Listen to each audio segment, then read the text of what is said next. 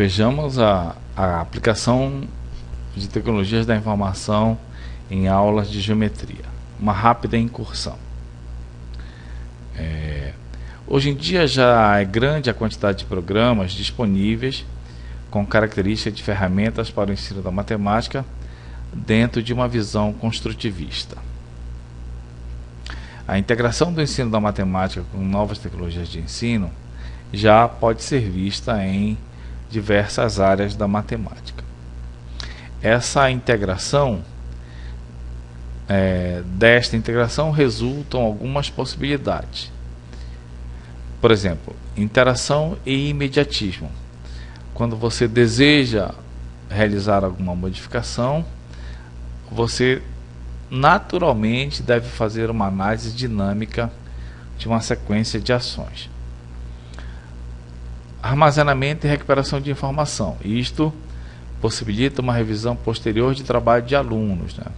Quando você combina armazenamento e modificação, você tem a facilidade da visualização de ações visando, por exemplo, melhorar o rendimento do teu aluno. Textos e multimídia. Sabemos que conceitos são materializados mediante representações, né? E a aprendizagem desses conceitos na capacidade de traduzir essas representações. Textos e multimídia, quando você junta com armazenamento e recuperação de informação, você possibilita a criação de uma rede de relações entre conceitos. Aqui, nessa possibilidade, polivalência e versatilidade, eu destaco o seguinte: se você constrói um texto em multimídia e você, para uma determinada aula, você pode modificá-lo para uma outra aula. Você, dependendo do objetivo e do enfoque, você pode ampliar aquilo que você queria dizer no texto anteriormente. Você pode usar o mesmo texto de várias maneiras, mudando o enfoque, ampliando, reduzindo. O certo é que a todo instante você pode mudar o desenvolvimento do teu ambiente de aprendizagem.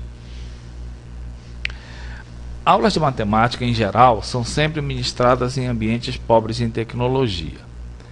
Quando você introduz um computador numa aula de matemática, por exemplo, você obriga a considerar esses artefatos como instrumentos matemáticos.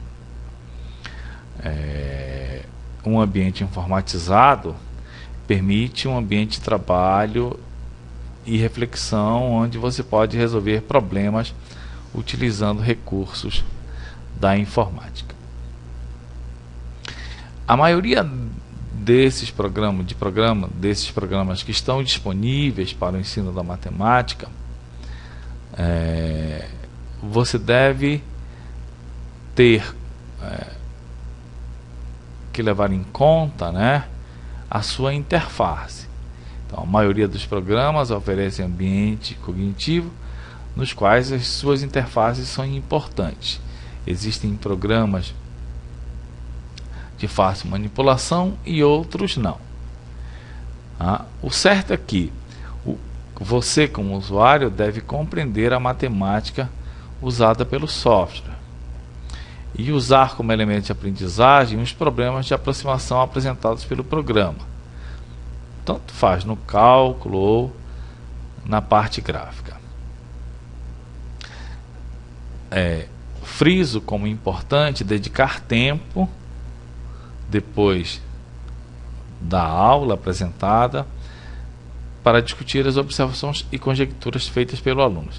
Esse tempo aqui é muito importante, porque nele você pode explorar as riquezas matemáticas vistas anteriormente. Eu separei aqui alguns softwares que acho interessantes para o ensino e aprendizagem da matemática. Separei alguns, não são todos. Você pode questionar e achar que existem outros softwares Interessante que eu não coloquei aqui. Tudo bem, tá? Dentre esses softwares destaco o GeoGebra, que é um software de geometria dinâmica e álgebra. O Cabri Geometric, que trabalha com construções com régua e compasso. O Expert, que trabalha com modelos de regressão linear e não linear. O Geometria Descritiva, que trabalha geometria descritiva num sistema projetivo. O Geoplan, que trabalha os conceitos analíticos da geometria. O Poly, que investiga sólidos tridimensionalmente com possibilidades de movimento. O S-Logo, que possibilita que o aluno desenvolva bastante o raciocínio. O InGeon, que permite construções geométricas bidimensionais e tridimensionais. O InPlot, que permite construção de gráficos de funções a partir das funções elementares. O forte desse gráfico é a parte de gráfico de funções. Ele também trabalha com gráficos em 2 e 3 dimensões, tá? Mas gráfico de funções no plano é o seu forte. O GnuPlot, que tem as mesmas características do InPlot, só que aqui você pode plotar a partir de linhas de comando. Como software de recriação, temos o Tangram, que possibilita que o aluno construa uma variedade grande de figuras a partir das 7 peças do Tangram, e a Torre de Hanoi, que possibilita que o aluno desenvolva raciocínio e crie estratégias para resolver problemas. A geometria é provavelmente a área da matemática mais apropriada para a integração com as novas tecnologias de ensino. A maioria dos softwares vistos na lista anterior são softwares de geometria. Aqui eu tenho uma frase da Celia Royals, que diz que ferramentas de manipulação e construções gráficas que a maioria dos softwares de geometria na realidade são ferramentas de manipulação e construções gráficas com a capacidade de produzir uma retroalimentação informativa. Esta frase eu achei interessante porque ela é bastante reflexiva.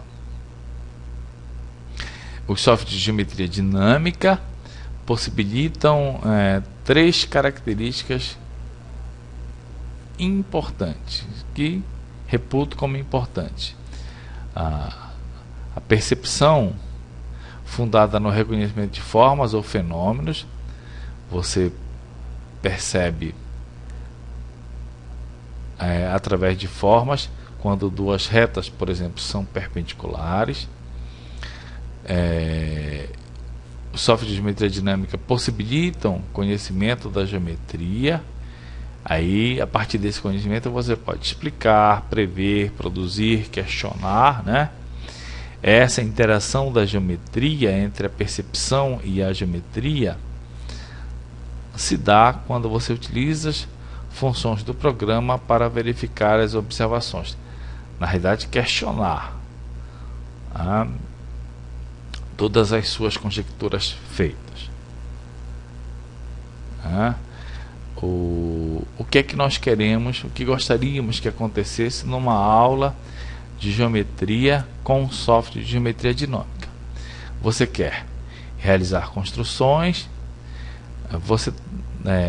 dada uma construção, você move um item e vê o que acontece, né? Você analisa, valida ou não relações, enfim. E com software de geometria dinâmica você procura erros de construções que afetam os resultados esperados. Essas 3 características são características presentes, né, num software de geometria dinâmica, e é o que você pode fazer numa aula de geometria com software de geometria dinâmica, entre outras coisas, claro. A gente separamos aqui 3 exemplos de aplicações de uma aula com software de geometria dinâmica que você pode explorar por exemplo, nós separamos, utilizaremos aqui o GeoGebra. Como você está vendo, essa é a interface do GeoGebra, e como outro software qualquer, tem a sua barra principal, a barra de menus e aqui a sua barra de ferramentas. Eu espero que vocês venham a ter um contato mais próximo do GeoGebra, que é um software de manuseio fácil e intuitivo, né? E livre, né? Que é o mais importante. O GeoGebra, além dessas 3 barras aqui, tem uma janela de geometria e uma janela de geometria aqui, e desculpem, uma janela de álgebra aqui à esquerda. Tudo que você faz aqui aparece aqui. Como aplicação, vamos explorar as propriedades das mediatrizes de um triângulo. O que é que essas propriedades podem que essas propriedades podem oferecer para nós? Por exemplo, você pode pedir para um aluno construir um triângulo qualquer. Então, vamos aqui na ferramenta polígono e construir um triângulo ABC qualquer, tá? Vamos construir o ponto médio de cada lado. Então, vamos aqui na ferramenta ponto médio, aqui você vê, clica nela e vamos clicar em cada segmento. No segmento AC, está aí o ponto médio, no segmento AB, que eu deveria ter feito em primeiro, e no segmento BC, está aqui o ponto médio dele. Tá bom? Agora vamos traçar as mediatrizes de cada um desses lados. Por exemplo, vamos na ferramenta mediatriz, basta clicar no segmento. Reparem que a mediatriz passa pelo ponto médio, né, desse lado, e aqui do lado AB está aqui a mediatriz. Vamos na ferramenta interseção e marcar aquele ponto de interseção dessas duas mediatrizes. Então, basta clicar nas duas retas e está aqui o ponto G, que é o ponto de interseção dessas duas mediatrizes. Vamos traçar uma reta perpendicular ao segmento AC, ou melhor, dizemos, vamos traçar a mediatriz desse lado AC. Pronto, traçamos a mediatriz, ela passa pelo ponto F e observe que ela também passa pelo ponto G.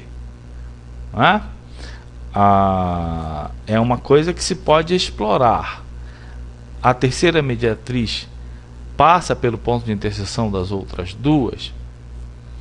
Uma outra coisa que se pode explorar. Vamos construir um círculo. Vamos construir um círculo com definido pelo centro e um de seus pontos. Na ferramenta, vamos tomar o G. Toda vez que você clica numa ferramenta, observem que aparece a dica aqui, né? Aqui você tem o nome da ferramenta e aqui você tem uma dica, né? Selecione o centro e depois um ponto do círculo. Então vamos definir o G como sendo o centro do círculo e um ponto do círculo, ponto A. Pronto. Vamos mover aqui um pouco mais para baixo. Reparem que nessa construção a circunferência, essa circunferência contém os outros vértices, né? Os outros dois vértices. Isso porque o ponto de encontro das mediatrizes é o centro do círculo, do círculo circunscrito, né? O G é o centro do círculo circunscrito ao triângulo ABC. Uma outra coisa que se pode explorar é o seguinte: esse ponto G, que é o circuncentro do triângulo, que é o centro do círculo circunscrito, é sempre interior ao triângulo. Vamos ver?